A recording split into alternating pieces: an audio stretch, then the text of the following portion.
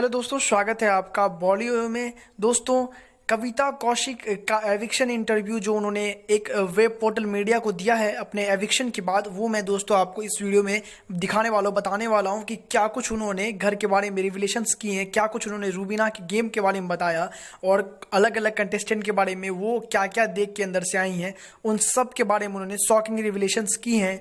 तो दोस्तों इस वीडियो में आपको वही चीज़ बताने वाला हूँ। तो दोस्तों कमेंट सेक्शन में आप हमें जरूर बताइए कि क्या आपके हिसाब से कविता कौशिक का जो एविक्शन हुआ है वो फेयर था या अनफेयर था। क्या आपको लगता है कि उनको कुछ और समय बिग बॉस 14 के घर के अंदर मिलता तो वो कुछ अच्छा करती?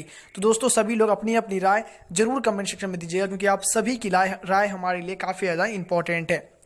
साथ ही साथ दोस्तों वीडियो को लाइक करना ना भूलें। आपको बता दो दोस्तों कि जब एविक्शन हुआ कविता कौशिक का तो वो वोटों के आधार पर हुआ और वो एविक्ट हो गई। तो दोस्तों उनके बाद जो उन्होंने कुछ बड़ी बातें बिग बॉस 14 के कंटेस्टेंट को लेकर के की है वो मैं आपको बता देता हूं। जब उनसे पूछा गया कि आपके हिसाब से आपको क्या लगता है कि क्या आपकी जो एजाज खान से बातें हुई, क्या वो किस तरह की क्यों लड़ाई हुई, तो उन्होंने कहा कि मैं एजाज खान की दोस्त नहीं थी। उन्होंने मेरा नाम वहाँ बिग बॉस से जाने से पहले वहाँ पे दिया था तो मैंने खुशी खुशी अपना नाम दे दिया, लेकिन वहाँ जाने के बाद मुझे लगा सच में कि एजाज के साथ कुछ ना कुछ प्रॉब्लम है और मुझे उनके साथ बात करने में बिल्कुल भी पसंद नहीं आया। और कहीं ना कहीं जो उनकी एटीट्यूड है और ईगो है उनके अंदर, उनके वजह से कोई भी उनसे बात नहीं कर रहा था।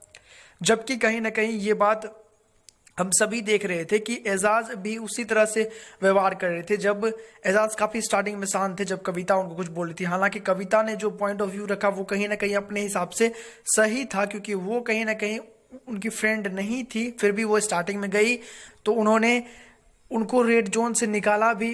एजाज खान को रेड जोन से निकाला और दिखाया, वहाँ पे बताया, उनको समझाने की कोशिश की, लेकिन बाद में फिर उन दोनों में बातें नहीं जमी। वही चीज़ कविता ने भी आगे बताई। उसके बाद जब उनसे पूछा गया कि आपको रूबीना के गेम को लेकर के आपको क्या कुछ कहना, तो उन्होंने कहा रूबीना बिग बॉस 14 के अंदर एक सेंसिबल प्लेयर है और वो एक ऐसी कंटेस्टेंट है जो कि काफ़ी आगे तक जाने वाली है, क्योंकि वो काफ़ी अच्छे तरह से और सूझबूझ के साथ बिग बॉस को खेल रही है। हालांकि उनका जो कुछ मुद्दा होता है वो बिल्कुल ही बेफिजूल हो जाता है, क्योंकि वो कुछ समझाना चाहती है लेकिन समझाने कुछ और लगती है, जो कि कहीं ना कहीं उनके लिए ही एक ड्रॉबैक बन जाता है और फिर उन पे ही ये बातें भारी पड़ जाती है। सिर्फ एक यही ड्रॉबैक है जिसके वजह से लगता है कहीं ना कहीं कि रूबीना हल्का फुल्का पीछे हो जाती है, वरना वो काफ़ी अच्छी और स्ट्रॉन्ग कंटेस्टेंट है और सबसे ज़्यादा बिग बॉस 14 में वो किसी भी दूसरे कंटेस्टेंट को टक्कर देने में सबसे आगे नंबर 1 पर रहने वाली है।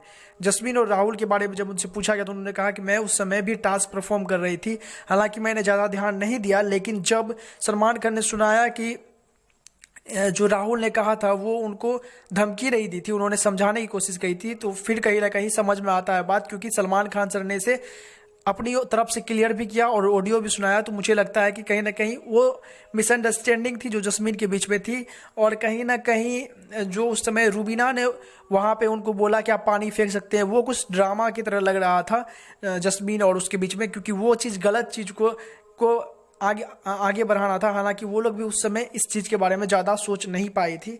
जब उनसे आगे पूछा गया कि आपको निक्की की गेम के बारे में क्या कहना है, तो उन्होंने कहा कि वो सिर्फ चिक चिक करती रहती हैं और बोलती रहती हैं घर के अंदर, इधर उधर, हमेशा जहाँ मन तहाँ जिसके तरफ जिसके लिए जो उसको बोलना होता है वो बोल देती है। तो वो काफ़ी ज़्यादा कभी कभी इरिटेटिंग बन जाती है और उनको समझ में अभी तक गेम नहीं आ पा रहा है कि क्या वो करना चाह रही है। साथ ही साथ दोस्तों काफ़ी बड़े रिवलेशंस की उन्होंने कहा कि सलमान खान काफ़ी अच्छी होस्ट है और वो काफ़ी अच्छी तरह से होस्टिंग करते हैं, और उन्होंने सलमान खान की तारीफ की। अब दोस्तों आप कमेंट सेक्शन में हमें जरूर बताइए कि आपके हिसाब से कविता की जो एविक्शन हुई है वो फेयर थी या अनफेयर। बिग बॉस से जुड़ी सभी खबरों के लिए सब्सक्राइब करें बॉलीवुड को, वीडियो को लाइक करना ना भूलें। देखते रहिए, हंसते रहिए, हंसाते रहिए।